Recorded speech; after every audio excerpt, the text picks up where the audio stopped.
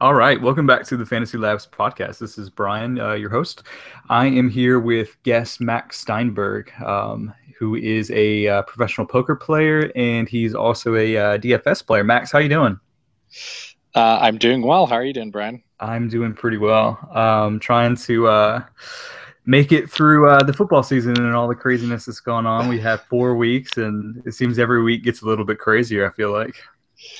Yeah, although I feel like this past week was sort of an anticlimactic encore to week three because it was so crazy with all the scoring, and then Yeah, suddenly week four, there's it just that no one does really well and yeah. scoring slow across the board. Yeah, yeah, yeah. That is an interesting thing. Yeah, because it was I think the winning Millie score was over 100 points less in week four than it was in week three, which is just ridiculous. Yep. We actually had people like tweet at me and everything about our models and stuff and say, "Hey guys, like what happened to the models? Like no one hit their ceilings that you said they would." And I was like, "Man, like no one hit their ceilings at all. Like no Yeah. one in football." So yeah, it Well, was an interesting week. yeah. It's funny because I there's a lot of poker players in Las Vegas who are just getting into daily fantasy right now. Yeah. And after week three, I had a lot of people saying, like, oh, why wouldn't you just go with all the like clear plays, like they always do really well. And I was Yeah. like, you'll see. It doesn't always work like that. And then right then, just week four hits and like Julio Jones, 4 catches for nothing. And Oh so no. many other plays just really failing. I'm like, we'll see. It doesn't Yeah. always go the way you plan. No, exactly. Yeah. A Yeah. Blake Bortles Allen Hearns stack wins the Millie Maker. So Hey, yeah. I had some Blake Bortles. I wish I knew Alan Hearns played in the slot more than Allen Mhm. Robinson. I would have been on him a little more.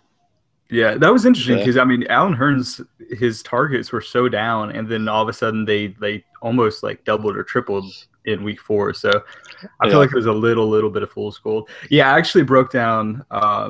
I promise we're gonna get into like questions and stuff. that's all right. No. I actually broke down the pot or the winning lineup last night for Fantasy Labs in a video, and I was saying the guy ended up with Bortles, and it he didn't do that well. I mean, he only got like 19 fantasy points, but I said it was a weird week in that it ended up being a fantastic play because one, no quarterbacks did well. I think that no quarterbacks went above 30 fantasy points, and that Yeah. happened in week one, too. But in the last 2 years, it's only happened one time total.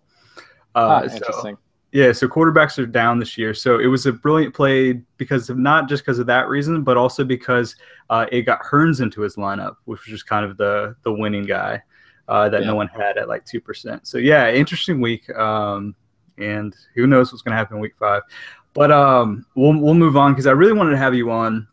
I've been really interested in the topic of kind of poker versus DFS and the common ground between the two and the differences because I think recently we've seen even in just the last year we've seen a lot of professional poker guys come over and it seems like without fail that most of them ended up being really good at DFS.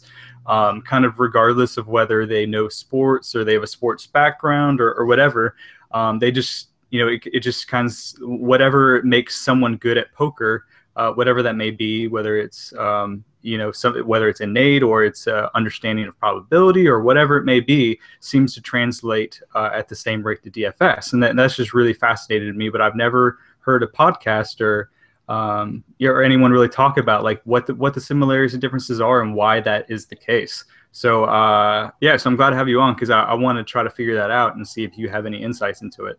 So All first, right, just let's talk about it. Yeah. yeah. So first, let me just ask you kind of just how you got into poker and then into DFS. What's your background in a couple minutes?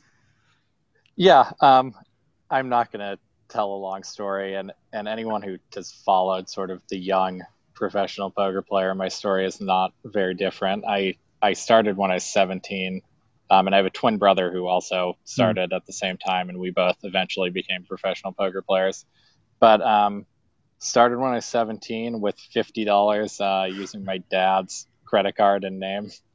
on a online poker site. And yeah, I really enjoyed playing. And basically, me and my twin brother Danny shared an account, and we would just take turns playing on this account and just sort of grinded up $50 slowly Hmm.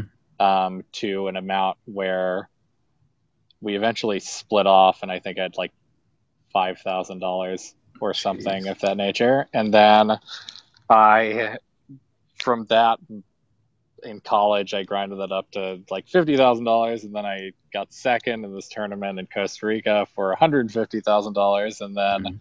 from there I just dropped out of school, which was probably a really poor decision, and decided to play poker for a living. And I traveled around a lot, and Mhm.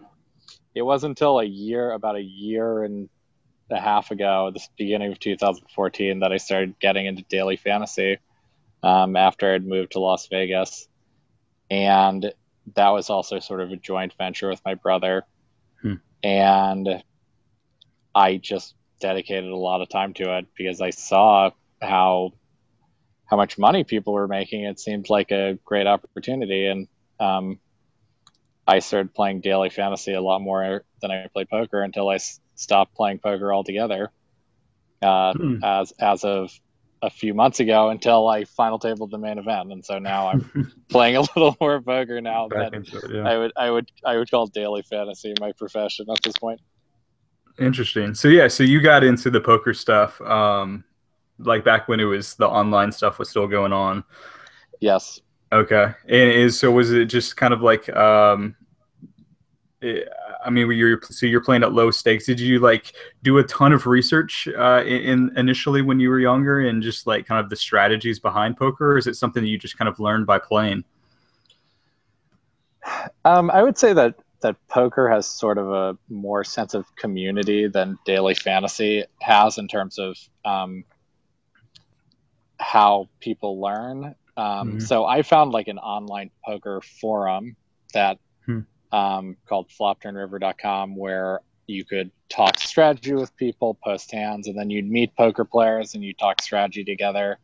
Um, and it sort of was a collective effort. You just meet people, you'd go online and talk to people about poker, and then learn yourself as well.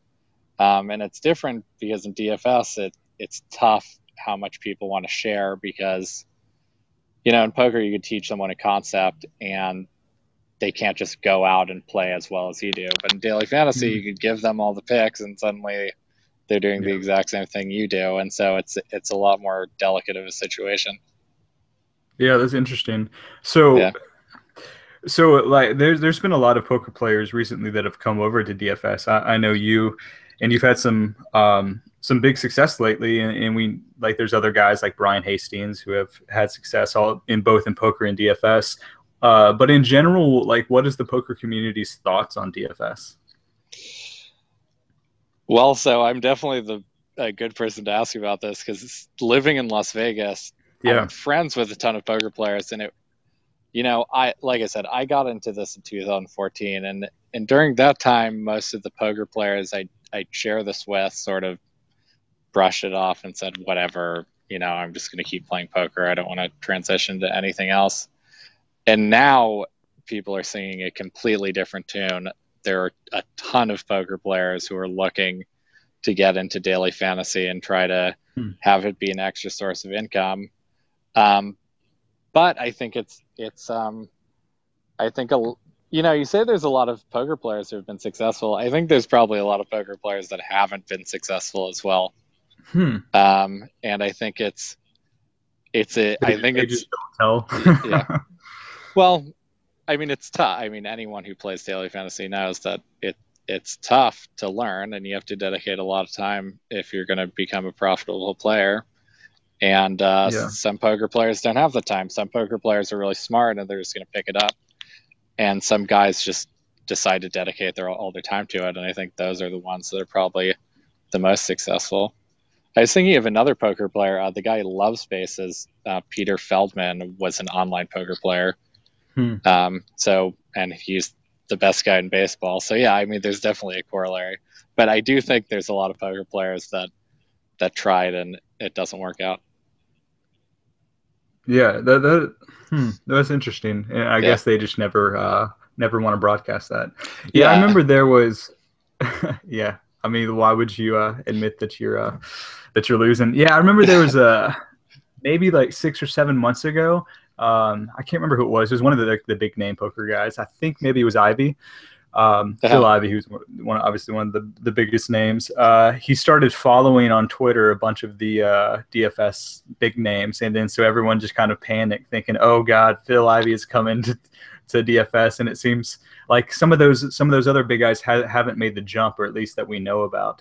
Do you think that's coming? Or I guess maybe what I really want to know is, do you think that long-term potential? And I know that's a tough question, is specifically this week, long-term potential of making money is more in DFS than poker right now, just because the valuation of these companies and stuff? Yeah, I would say it's tough to say, and it depends on the person really. But for me personally, I think there's more long-term potential in daily fantasy than there is for poker. Hmm. But it's hard for me to speak to other people. Yeah. Do you think it's because I don't know, like in poker now, because there's not online poker games that you can play at really any limit? I would assume, and this is coming from I don't know like the poker scene as well as you do, Okay, obviously. yep. So this may sound naive, but I would assume that if you're going to play poker, get into the poker scene, you're probably going to be playing against guys who are at least pretty good. Whereas in DFS, you can play $1 head to head against someone who just signed up, and they're 60 years old, just sitting on the couch. Yeah. Is it just that there's less fish and more opportunity to take advantage in that? Yeah, you're not speaking naively at all. What you said is absolutely right. But the difference is um, there's sort of a cap on how much edge you can have in daily fantasy. It's like you're not gonna, even the top guys, they're not gonna do. If we're talking about head to head, they're not going to do better than 10%, 20% ROI. I don't Yeah. even know if anyone does 20%. But in poker, it can be a lot different, especially you're playing into deep stack cash game. Your edge can be incredible. You can be playing in a 10-20 game where your hourly is like $1,000 an hour because of the specific game you're in. Um, and so it's different in that way where you can really have a really dominant skill edge in poker, where I don't think you really can in daily fantasy. Um, Yeah. but at the same time, there is no online poker, and and that was the place where you could really put in the volume. And what's great about daily fantasy is you can put in that volume that makes up for that smaller edge, but you might have more consistent winnings because you can just play more games, play more tournaments. If we're talking about baseball or basketball season, you can play basically every day. And so that the fact that you can play so much volume is a lot more, for me, it's way more comfortable because I know that I have a losing day. I can come Yeah. back and play again next week or the next day. Yeah. Interesting. So it's a little more safe, huh? Yeah. But Yeah. that being said, like, there's really good in Las Vegas. You can get into a really good poker game where, I'm sure. 8 times out of 10, you're not going to lose. And when you win, you're going to win pretty big. So, I mean, Yeah. there was a time where this billionaire banker came to the win, and I did not get into this game, but two of my friends got into this game. And, it was a 5-10 game. Usually the buy in is $1,000. And he was buying in for $10,000 or $15,000 and just like dusting it off so quickly. And he ended up losing like $100,000 in that game. And you just were not going to lose in the game. He was just putting his money in dead so often. Mm. And you're just not going to get that kind of opportunity in daily fantasy, obviously. Mm. Yeah, I bet that's the situation where you just kind of salivate. You'd be like, "Yeah, come on." Yeah. Yeah. That's funny. Um, So yeah, so let's. I kind of wanted to, like the main point of bringing you in is because I want to figure out why people in poker are so good at DFS and kind of vice versa. Yeah. So I'll just start off. Like, what do you think are the big similarities between the two? Like, what about like the brains of poker players makes it so they also are good at DFS? Yeah, so I've thought about this question quite a bit.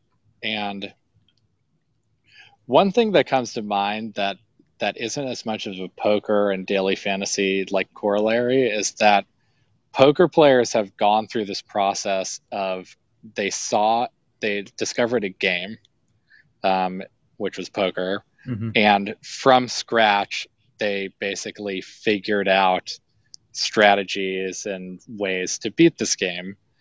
And everyone who especially the young guys who are doing online poker, everyone who went through that process went through the process of being a beginner at a game and then going through it and mastering that game and learning all that strategy along the way.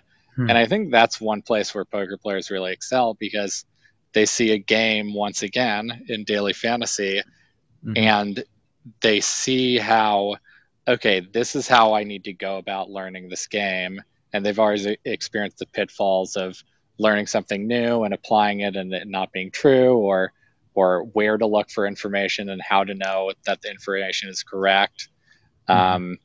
Um, not trusting just a couple weeks of data when you have a new theory about some statistic that might work, or in poker, like some move that you think is good. Hmm. And so I think it translates really well in that way because poker players just know how to learn Hmm. when it comes to a game like this. Do you think they learn more like on their own? Like I figure a lot of people who come into DFS probably pick a content site, whatever one you want to pick, Yeah, and they just kind of read the articles and read the quote unquote pros of that content site and just say, okay, well, I've learned, I've seen their plays, I've seen their strategy articles, so and then they kind of just take it as that's the biblical thing of how to play DFS, whereas yeah. maybe poker players are a little more I don't know, skeptical of that. And so you're saying that you're more willing to learn on your own as opposed to from Right. places. Yeah, I think you're absolutely right. And it's because poker players, I used to be like that with poker, is I'd read, I read Harrington on Hold'em or something, Hmm. and which was like the poker book at the time when I was starting poker. And I Yeah. read it and then I thought, up, I know how to play poker. I'll just play tight and ace queen, I'll call, and ace king, I'll re-raise. And I thought I knew everything there was to know. Hmm. And you do that, and that happens more subtly as I became more experienced with poker, but it happened over and over again where you think you've discovered the thing that's going to make you win, and then you realize that there is no the thing that's going to make you win. You just have to acquire as Hmm. much knowledge as possible and practice and play, and then eventually you come close to what one would call mastering something. And so I think when you say that, it's absolutely right. I think a lot of people who are non-poker players might come in, Hmm. see a bunch of strategy articles, win for 2 weeks in NFL, and think they've learned everything they need to know. Where a poker player will, after winning for 2 weeks, will just obsessively look at every place they can find to Yeah. find better things, better advice, better statistics, and it speeds up that process. Hmm. Yeah, so I've actually been, as well as you have, I've been thinking about this question for a long time. Yeah, So, and I actually I've had a couple theories, but I have one that just came to my mind just talking to you now, yeah, that I'll pitch to you. Is it because maybe poker players are better kind of adjusting on the fly? Because I know probably a lot of DFS players will read a book or read an article. It says like in GPPs, you want to uh, find value at running backs and pay up for your wide receivers because they're volatile. And there's just kind of like heuristics that you stick to because this is how you put together a GPP lineup versus a cash lineup, and then they kind of stick to that every week, no matter whether the week says that they should based on pricing and stuff. And it seems like poker just naturally, because every hand is different, is just you become really good at adjusting to the hand that you're dealt. yeah. I think that's also a very good point. You actually made me think of something else as well, because in daily fantasy there's a difference between cash game and tournament strategy, and in poker Mm-hmm. it's the same thing. There's a huge difference between how you play poker in a cash game and how you play poker in a tournament. Um, there and it seems like with daily fantasy, you can just pick all the best players, and it's not hard for everyone to figure out, like, this is the best value at running back, or like this week, for example, it doesn't take a rocket scientist to see that Jamal Charles is probably the best running Yeah. back choice this week. Yeah. But the thing with poker players is they understand from poker about with tournament poker, like how to specifically choose the right players that are going to make a good tournament lineup, Hmm. instead of just focusing on who are all the best players, because Hmm. those are two totally different things. Like in terms of ownership. Yeah, in terms of ownership or upside or things like that. But yeah, I think ownership, it seems like poker players in general have a much better understanding of what to do about ownership than just people who Hmm. just get into daily fantasy.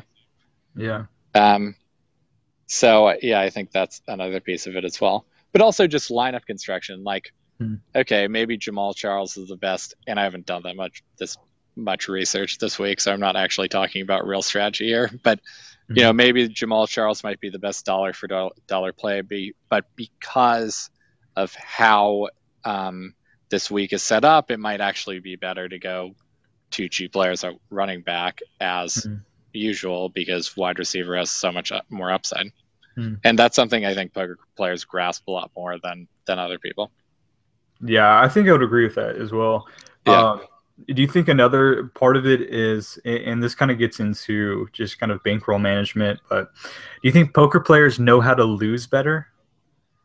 If Yeah, that makes sense? although it makes a lot of sense, but I think it also can be to a fault, Okay. because so with poker, people are used to making the right decision and losing, Hmm.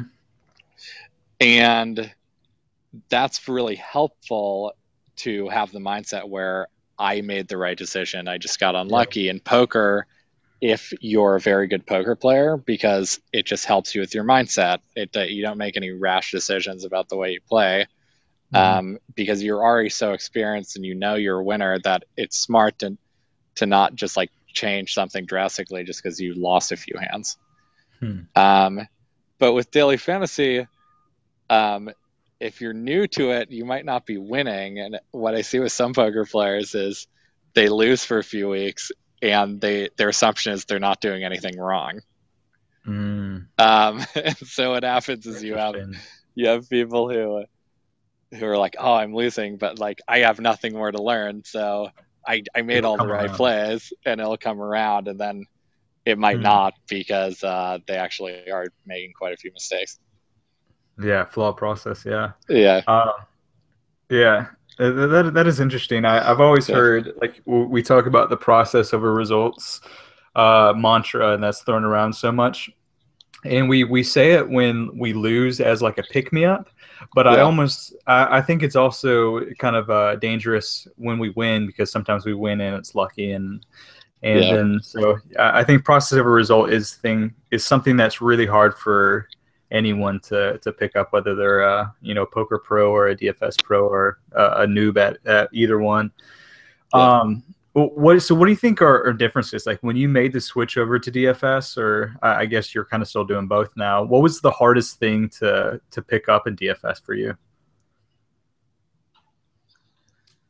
I think one of the hardest things, well, so this is a little off topic, but one of the hardest things was just the frustration of going from something that I had like more of a, I'm not the greatest poker player in the world, but I'd say that I have somewhat of a mastery over the game of poker.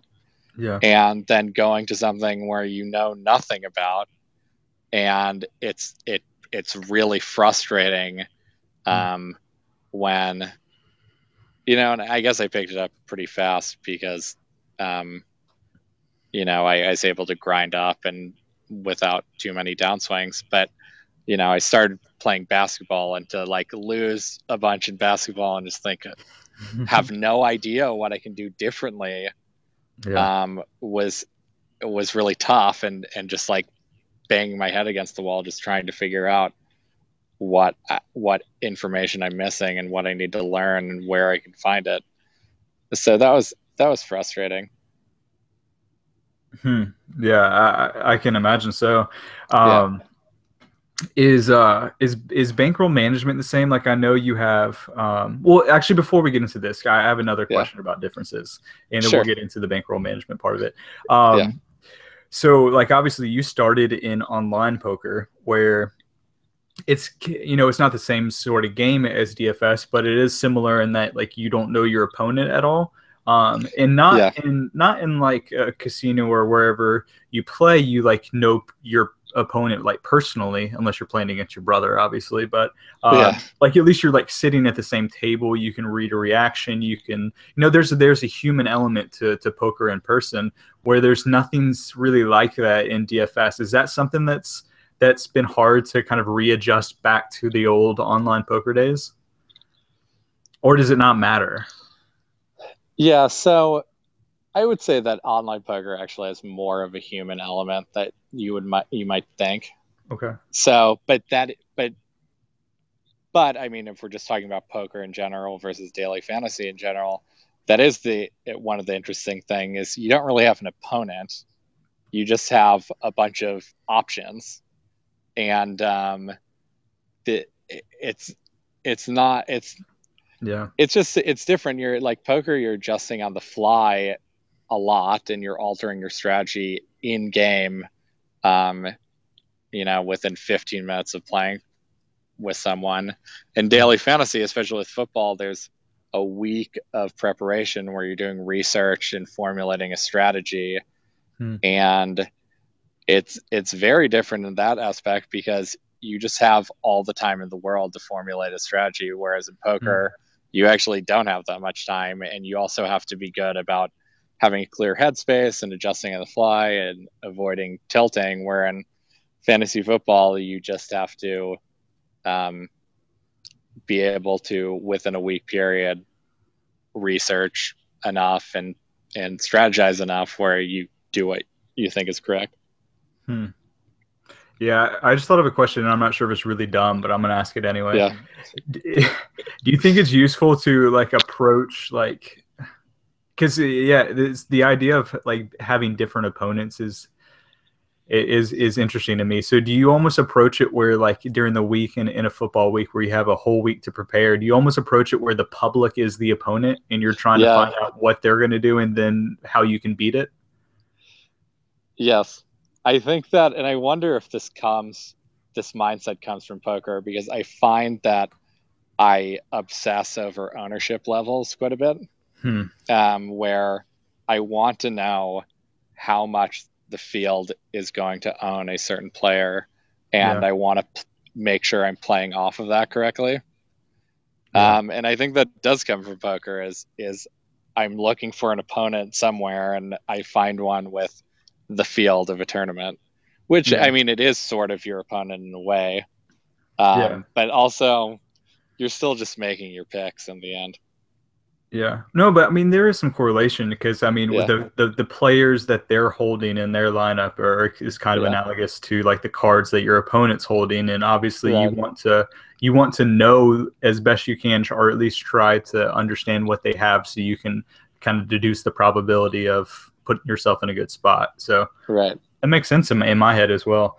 yeah. Um, so bankroll management is it? So I've always thought that might be an edge too, just because poker players are so good at just on the fly understanding like where they're at and just kind of how to properly bet something.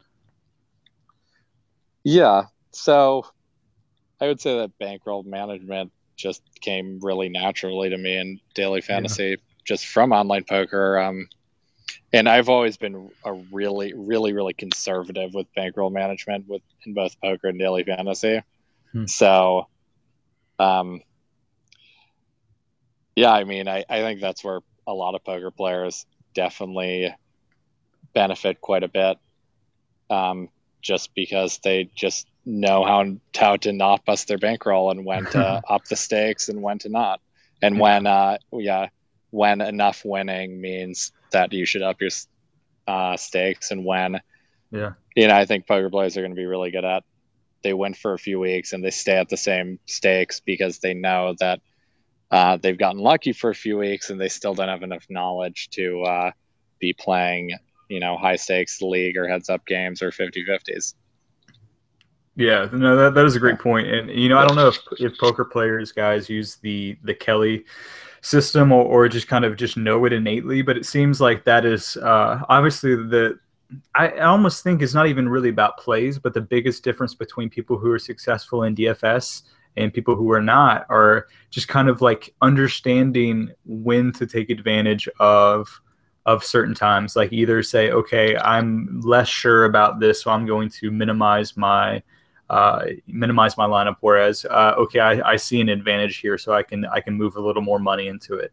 And it seems like that's just kind of an advanced thing that maybe you've already learned in poker. I don't know. Yeah, actually, so I would say most poker players are more conservative than Kelly criterion suggests. Mm, I'm way more conservative, so yeah. maybe that's a mistake, but I it's mean, a lot more comfortable. yeah. I mean, it is fairly aggressive, especially when you're Yeah, talking large sums of money. yeah. So are you like, how do you break down like your cash and GPP stuff? Do you play like the 80-20 rule, or are you mostly a GPP guy, or? Um, I would say that it's about 50-50 for Okay. me. Yeah. Um, it used to be a lot more cash games than GPPs, but I've kind of become obsessed with GPPs. So now Mm, it's become about 50-50. yeah. So, and in the football season, I've actually, just with preparing for the World Series of Poker final table, I haven't had as much time to dedicate. Mm, So I actually have found myself just sort of um, just making a bunch of GPP lineups and not like entering games throughout the week mm. and filling all my cash games sort of. So it's been a little more GPPs for the football season. Yeah, and that's an interesting topic that I've discussed with a bunch of people. I've discussed it with Bales and some other guys, just kind of how the industry is changing a little bit, and where the DFS player was maybe even just a year or two ago is different from where they are now. It seems like they're a little bit smarter. I think that might be a little diminished by the fact that DraftKings and FanDuel just added like a million users because of their constant advertising. Yep. So you may have a little more fish, but I think in general, head-to-heads are getting a little bit tougher. So that is interesting to kind of just gauge the landscape of GPPs versus head-to-heads. Well, I think GPPs are just always going to be softer because they're at the top of the lobby. They're the things that Yeah, fish are most drawn to. And it's the yeah, same with poker, actually, as well. It's easier to grind a living playing cash games and poker, but mm, all the big fish want to win that World Series of Poker yeah, bracelet or get on TV or whatever, and they play yeah. tournaments. Yeah, oh, that is a good Yeah. point. And just the fact that like high stakes guys, or not high stakes guys, but guys who are willing to put a ton of volume in are going to obviously like put in really bad, or not bad lineups, but less and less optimal lineups at the expense of maybe a contrarian lineup wins. Right. So you're gonna have a lot of dead lineups anyway, whereas you don't have any dead lineups in a head to head. Yep. It's everyone's optimal. Couple more questions for you before I let you go. So being so the idea of EV and plus EV and minus EV is a big thing in poker, and that's been brought over to DFS. So is that something like just an idea that you just have in your head at all times? Like, okay, like for overlay and certain contests, like maybe this contest is more top heavy than others, and so is that stuff that you judge when you're entering contests all the time? Because I think some people just enter a contest because they see, okay, this is $3 entry, where they don't even like necessarily look at the payouts or what the percentages are. Whereas Yeah. I think poker guys might be a little more in tune to that. Yeah. I think poker guys are way in tune to that. And I'm very Yeah. particular about the tournaments I enter and trying to just maximize this entering the softest ones. Yeah. I don't want to get into too much what those are, but yeah, Sure. Yeah. I'm Yeah. very conscious. And if there's overlay, like I'm clicking, Going I'm hard. just Yeah. keep clicking. Yeah. Yeah. But also I feel like, on the top of expected value, one thing is I think poker players understand the salary system Hmm. really well, because when talking about expected value, um, it seems like it translates well to player price, because I think a lot of people, and I'm talking about just like real beginners at daily fantasy or people who haven't been playing that long, Hmm. they don't understand the concept of how important salary is, Hmm. what a player's salary is. And poker players, that's like the first thing they look at is okay, so this player has a certain skill, he has a certain matchup. What's his price? Yeah. And that's the first question they ask. What's his price in this? What's his price in that? And I think that's probably a pitfall for a lot of people who aren't poker players, because they don't understand the concept as well. They just think, oh, this guy is going against the this tight end's going against the Yeah. Oakland defense. I'm just going to play him every time. Yeah. And they don't look at, okay, but is he priced well? Because if he's not, Sure. then it's probably a horrible idea. Yeah. No, yeah, Yeah. that's a great point. Even Yeah. though the Oakland defense has tied in against them, it has that strategy has been very profitable this year so far. I'd say so. Yeah, it'll be interesting to see if Owen Daniels, who's not exactly a top tier tight end, can follow the trend this year or this week. But I think Owen Daniels is going to have a bit. It's going to be overowned. It's just oh like, yeah, I yeah. just do not think he's a strong enough play to warrant Oh the no, ownership he's going yeah. to get. He's probably going to get like 10-15% ownership when there's way Just more because of the quality Oakland option. matchup. Yeah, Yeah. yeah, yeah. I Yeah. agree. He's a fade for me this week. Yeah. I look at the Thursday ownership lineups to try to get an idea. Do you do that as well? Yes. Yeah, I think Yeah. that's kind of a must thing. Yeah. Um, No. I mean, so I basically put bad lineups in Thursday GPPs just just to because, see. yeah, I'm just like, oh, I'll play this guy because let me just see. Yeah, yeah, I Yeah. don't blame you. Yeah. What are your favorite DFS sports? I mean, is it football or wait, do you have a favorite? It's definitely baseball. Baseball. Okay. Why is Yeah. that? Um, it's just the sport that me and my twin brother have the most sophisticated analysis of, Okay. and I kind of enjoy baseball as well. Gotcha. Do you Yeah. think that a particular sport, for whatever reason, maybe it's just the fact that it's has a lot of data behind it. I know football and baseball are very different in that way. But for whatever reason, do you think poker players are better at certain sports than others? Well, I would actually say that poker players probably would be best at football, um, Hmm. in general over baseball, because poker is sort of, it's data driven in the same way that football is, in the sense that you don't have you don't have like great statistics to go off of. You just have to make a bunch of Yeah. educated guesses of what is Hmm. correct and what's not, Yeah. because there's not like, you don't have like a database of a million hands doing a specific strategy. You just don't have that. With baseball, You do. you legitimately have a database, Yeah. and companies that predict how players are going to do, and they do it really well, and it's just way more data driven. So I think that sport in general actually probably doesn't translate that way well to poker players. But a sport like football or basketball, where you need more of that sort of like ability to take some abstract concepts and just apply Hmm. them, and guess if it's going to work or not based on what's going on, just based on how the game of basketball or football works. I Hmm. think that translates well for poker players. Yeah, that's interesting. Yeah. Are you into any of these kind of? I mean, they're not abstract, but kind of just the smaller ones like MMA, NASCAR, anything. What about the League of Legends esports? I was briefly obsessed with League of Legends, Were you? not from a daily fantasy perspective. I just played that game. I wasn't Yeah, very good. fair enough. But no, I mean, basketball and baseball and football take up enough of my time that Yeah, I have no desire to do anything else. Oh, I do golf though. Oh, Golf you is play fun. PGA? Yeah, Yeah. PGA it's grown huge too, which I is mean, it's just a kind of cool really to see. fun way to do daily to watch golf. I mean, you pick six guys, and suddenly the Masters is like Yeah. the most exciting tournament in the world. I know it's already fun, and it's also Yeah, I think it's I've seen a lot of people say this, but I think it's true. You just get more bang for your buck. You know, you enter a lineup and you get 4 days where you get to watch your players, yeah, whereas baseball or basketball is over within like 3 or 4 hours. It's just so quick, which is yeah. It's good and true. bad. You see how much you win, you can move on, but Yeah, yeah, it's interesting. Yeah, man. Cool. Well, thanks for joining us. I think I'm out of questions for you, but okay. this was definitely something I've been interested in and for a long time, and wanted to talk to a poker pro. So thanks for being the poker pro willing to come on. Yeah, no problem. It was fun. Thanks for having me.